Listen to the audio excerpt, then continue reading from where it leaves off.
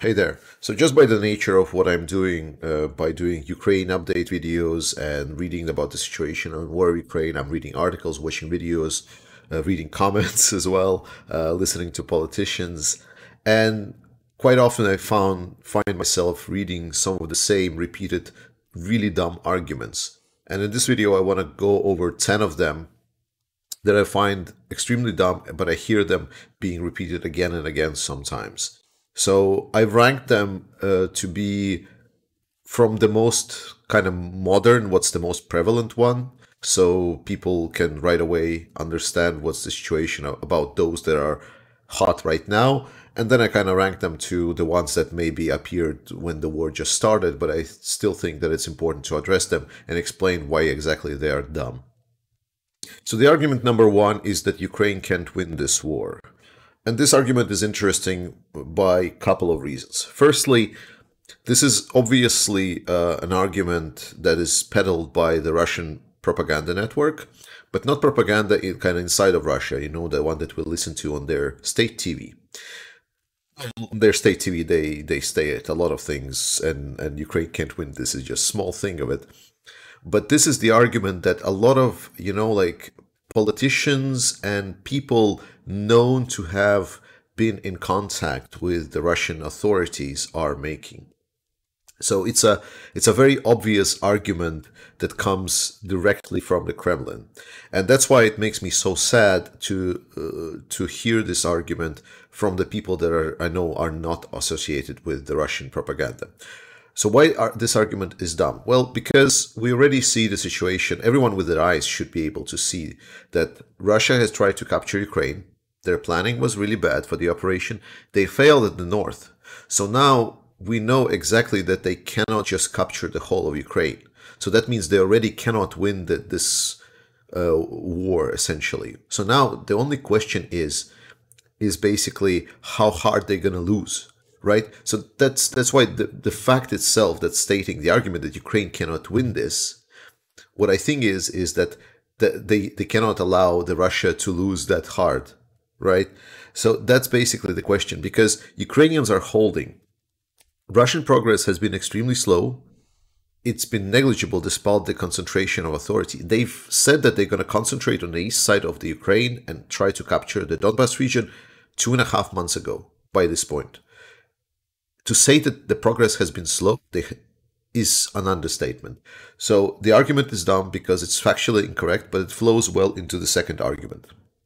And the second argument is that we cannot let Putin be humiliated. This is an argument that's been famously made by Macron, but also parroted by Scholz, is being basically the core idea of the proposition made by Italy, and obviously a lot of old Europe politicians are actually proposing it.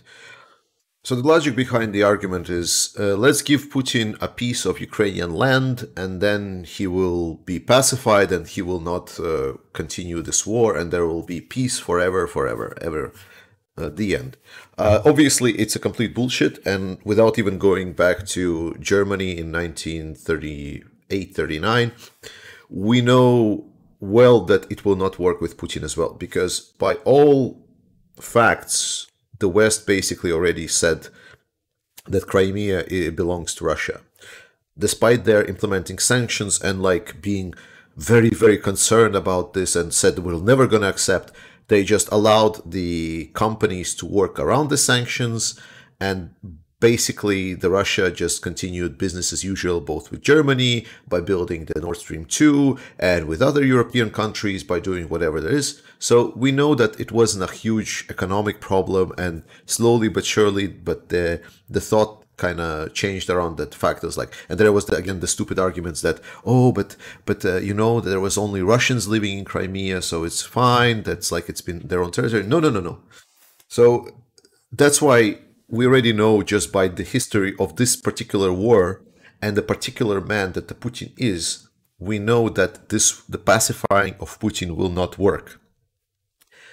And what's going to happen is that if Ukraine will get pressured to essentially signing unfavorable peace agreements and giving away part of the lands, which is what people in old Europe really wants, is we're going to end up in a situation where Putin is just going to learn from the mistakes, prepare even more for what's about to come, and then go and invade again, because the sanctions will get lifted, obviously, because everyone in Europe, like Macron said, we just need to normalize relationship. It doesn't matter how many war crimes Putin committed, you know? It's like, yeah.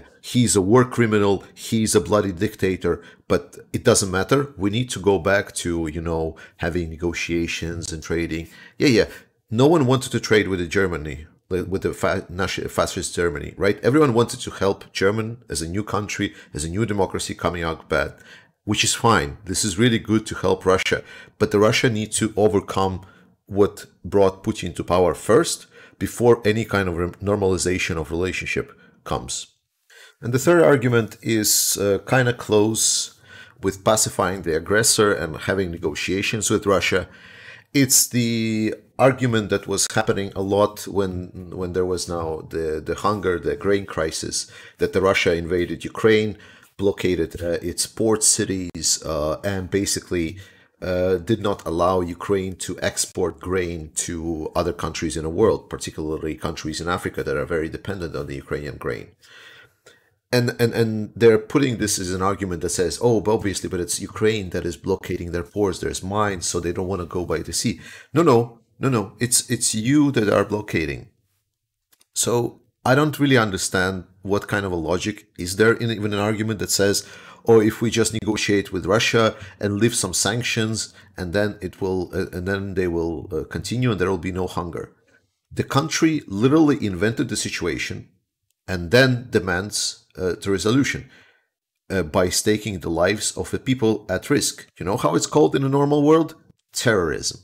That is literally the definition of terrorism. They are taking hostages the lives of the people in most vulnerable situations in the world, and then putting essentially their own military to do that. And then they're basically, by committing a state terrorism, they're saying, okay, well, yeah, that's unfortunate that we are sending grains. Well, maybe then we should consider maybe also doing some humanitarian help and so on, and not negotiating with terrorism. In any other situation, in any other discussion, negotiation with terrorists does not work and should never be encouraged, like by any rule book that you look at. Why? Because we know that if you do this, then the terrorist will learn from it and will do this again. If it's not going to be grain, it's going to be something else. So that's why this argument is extremely dumb. So the fourth one is kind of combined point. Don't send weapons to Ukraine because it's going to provoke Russia to escalate the situation. And kind of the second parallel to the same point is we need our own weapons to protect ourselves. So basically, defensive position about the sending weapons to Ukraine right now and giving excuses for this. An important thing to understand is Ukraine is right now fighting the Russians. Like, the Russians are not having a good time over there. They've had their elite troops pretty much decimated, and their army and their reserves that they brought right now are not the quality that should be sufficient. Ukraine can win this and can sustain this. Ukraine has a lot of manpower willing to fight, a lot of people. So the argument that we need weapons to protect ourselves is extremely stupid, because Ukraine is already protecting ourselves without us getting our hands bloody. Do we really want to essentially keep the weapons here in the West, let the Russians come to the western border of Poland, then invade Moldova, then invade, for example, the Baltics? Oh, it's like, but the Baltics is a NATO country. Oh no, so now we go to war. And then the Germans, for example, I'm taking Germans because Germany is taking their sweet time of sending the weapons to Ukraine. But Germans, French, whatever, whoever is not sending the weapons in sufficient quantities fast enough, because that's very important to always underscore. It's not just about sending weapons, it's sending them right now, and it's sending them in sufficient quantities right now. And this is where it comes to the fact that, yes, we need to keep weapons for ourselves, because we don't want to provoke Putin. He's already as provoked as he can be. He wants to take over Ukraine. Ukraine needs to defend itself. Ukraine needs to stop the aggressor. If there is not enough weapons sent right now and with enough quantity, then Russia can just continue their war effort. They're going to end up at the border of Ukraine. And then the next fight is going to be with the weapons that you saved. It's going to be the Germans dying. It's going to be the people from France dying. It's going to be Italians dying. It's going to be people in the NATO countries, even Americans dying. Who wants that? I'm pretty sure that Americans don't want Americans to die for no reason. Ukraine said, we're going to die for you. Just give us the chance to fight. That's it. And number 5. So we're going into those more older arguments territory now. And number 5 is very cultural based. I mentioned this in my previous long video. If you haven't seen it, I recommend. It's pretty nice despite being kind of long and rambling. But it's the argument that it's not Russians, it's only Putin. And what I already explained is that Putin and Russia is a synergetic situation right now. Putin was brought to power and his actions were encouraged over a longer period of time. The Russians and Russian society didn't just wake up one day and just had a war at their doorstep. The Russian society brought Putin to power because he said, I will go fight war in Chechnya. That was literally the blood contract that they made a deal with Putin. And this is what happened with them supporting him afterwards.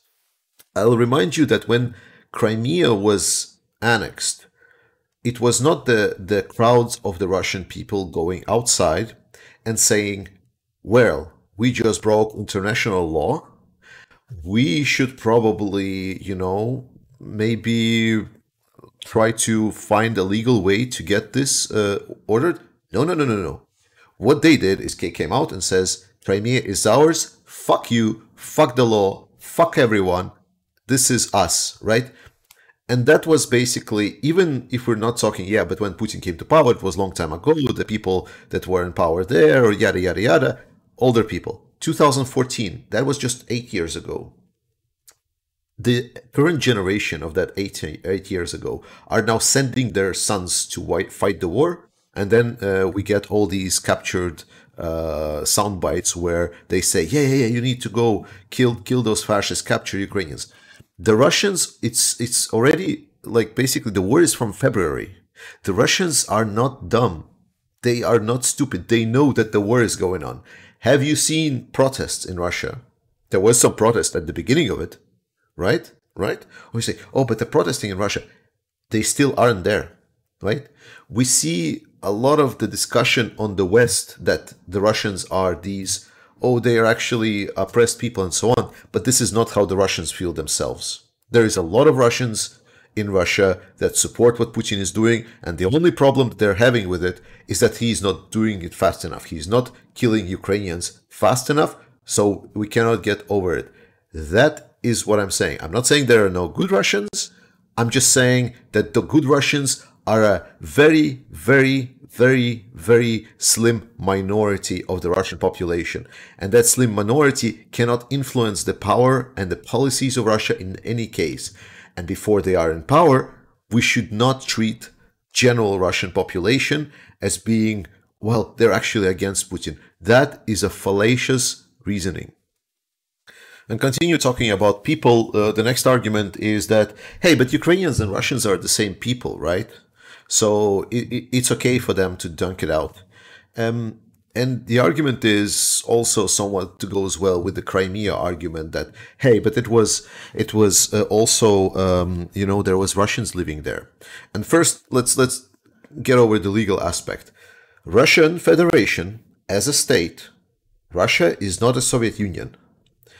So Russian Federation as a state, not the Soviet Union, has said, we, Russian Federation, agree to respect the international borders of Ukraine.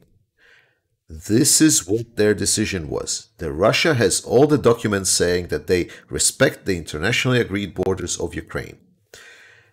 So by the legal status, the fact that Russia is taking over any parts of Ukraine, like Crimea or no Crimea, it doesn't matter what population lives there.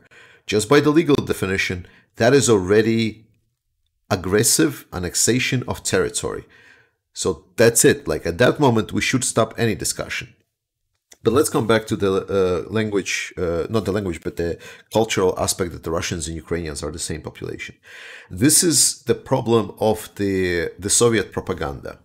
That we in the West here, we've seen this so much that over the Cold War, over these tens and tens of years, there was both aggressive Russification in the Soviet Union, where they came into the lands of Ukrainians, where they came into the lands of the Balts, where they came like to Kazakhstan and so on, and they basically deported people from there, and they brought in people from Russia, so the Russians. The fact is that during the occupation of those countries in the Soviet Union, these countries were then, this population of these countries would then been sent out to the some kind of Siberia parts, and their land is being taken by the Russians aggressively. And now they finally got independence.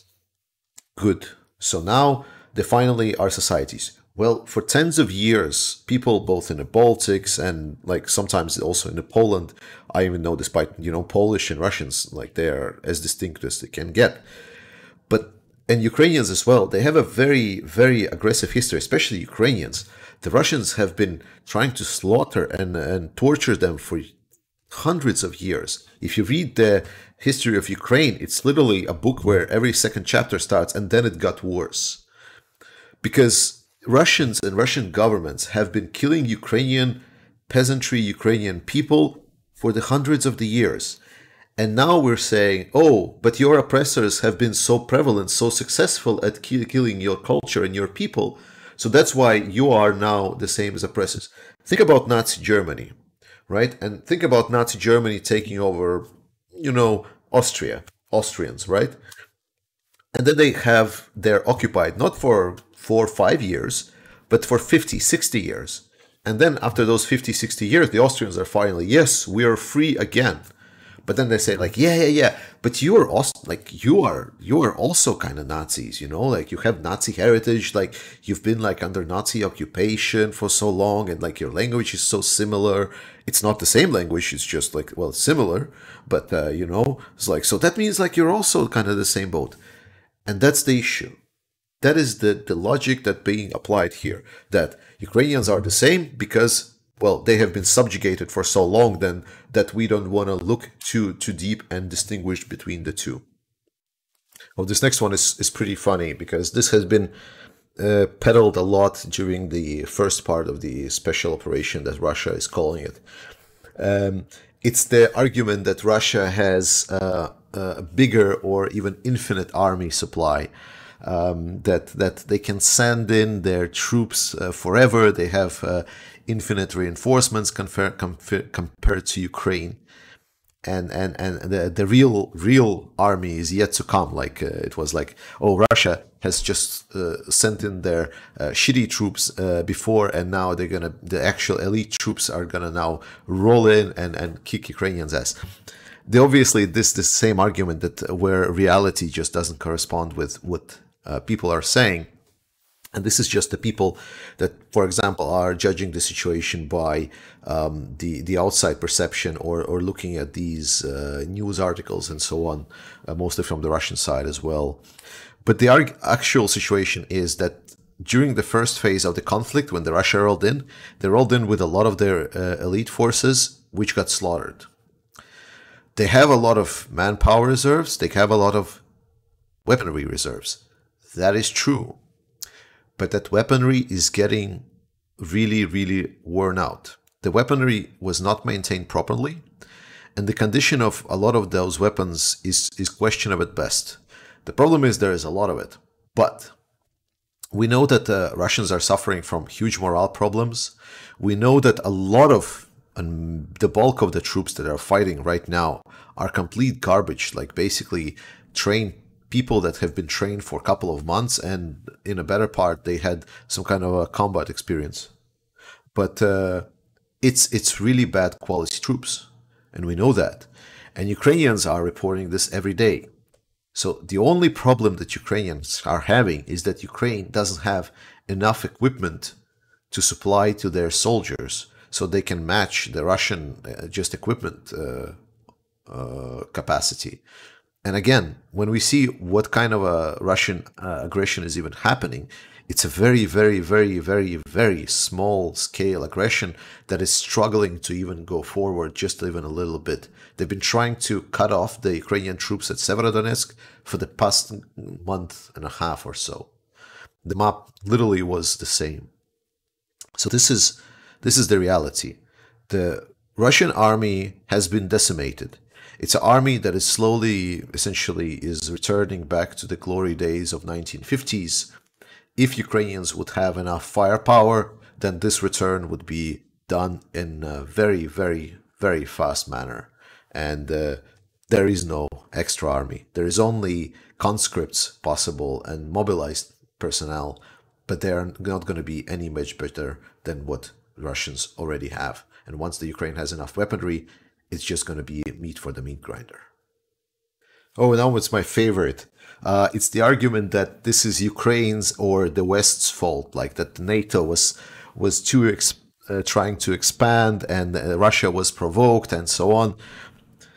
I've heard this argument being debated so many times, and the actual realization is that there is nothing to debate.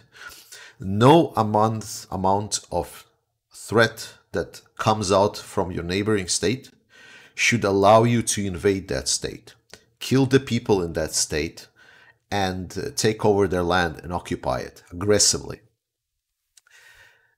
If we turn to the argument that it was NATO expansion, it doesn't hold any ground, because we know now that Finland and Sweden is expanding to NATO, and Russia is just, okay, it's kind of okay. That means only one thing: that was never the case. Moreover, if we look into that 23rd February night, 24th February, like early morning, when during the presentation in the United Nations, at the same time Putin held a press conference where he rambled for an hour about the historical ties of the essentially blood and soil argument, that this is us, we had always owned this and so on, and that Ukrainians were never a nation and so on. This has nothing to do with the NATO expansion. This has to do only with the fact that there is some sick fuck that has some kind of a problems, either mentally about him wanting to restore the greatness of Russia or whatever it is. It's a pure aggressive form from a bloody dictator that has been facilitated by his people and has been facilitated by a inadequate response from the Western society. When the world did not essentially hit Russia in the teeth once they violated the borders of Ukraine, or even Georgia if we go earlier, for the first time, that's when basically he said, I can do whatever I want. I have big army and I have nukes. And now a lot of people are just saying, oh, but he has like nukes. We were threatening him, but also he has nukes, so now we cannot do anything about him. But the point is, no one was to about assault Russia. Russia has the biggest nuclear arsenal in the world. If any country, NATO or no NATO, would assault Russia, then it would be completely destroyed by the nukes that Russia have. Moreover, if the West and NATO wanted to assault Russia so bad, as a lot of Russian propaganda is saying, then there would not be a better moment to attack Russia right now, because it's already fighting its war in Ukraine, and there is almost no troops protecting it anywhere else. So it's a joke of an argument that is completely facilitated by the Russian propaganda and the useful idiots that listen to it. And the next argument is very interesting. I've heard this one a little bit, is that the world right now is unfortunately more divided, and we need to come back to how it was pre-invasion, and this kind of comes close with negotiation with Russia, but thankfully this argument now has been kind of phased out, but it still was extremely dumb. So the idea that the world now has been divided and that we have now this terrible situation, we need to understand one thing. The world right now, it was, at least maybe a month or like 2 months ago, before the fatigue from Ukraine kicked in, the world was the most united I've ever seen. And I mean, obviously, our Western world, like Western part, not obviously China and so on. But the Western world was united in the fact that having aggressive wars in Europe in 21st century is no bueno. That was basically the world's reaction. If there was more solid unified position, I could not think of one. And the fact that we stated that yes, Russia must be stopped now, that this Russia should not win ever, because this will bring terrible consequences to the whole world, because this will bring complete destruction of the principles that build the peace for the last 60, 70 years. And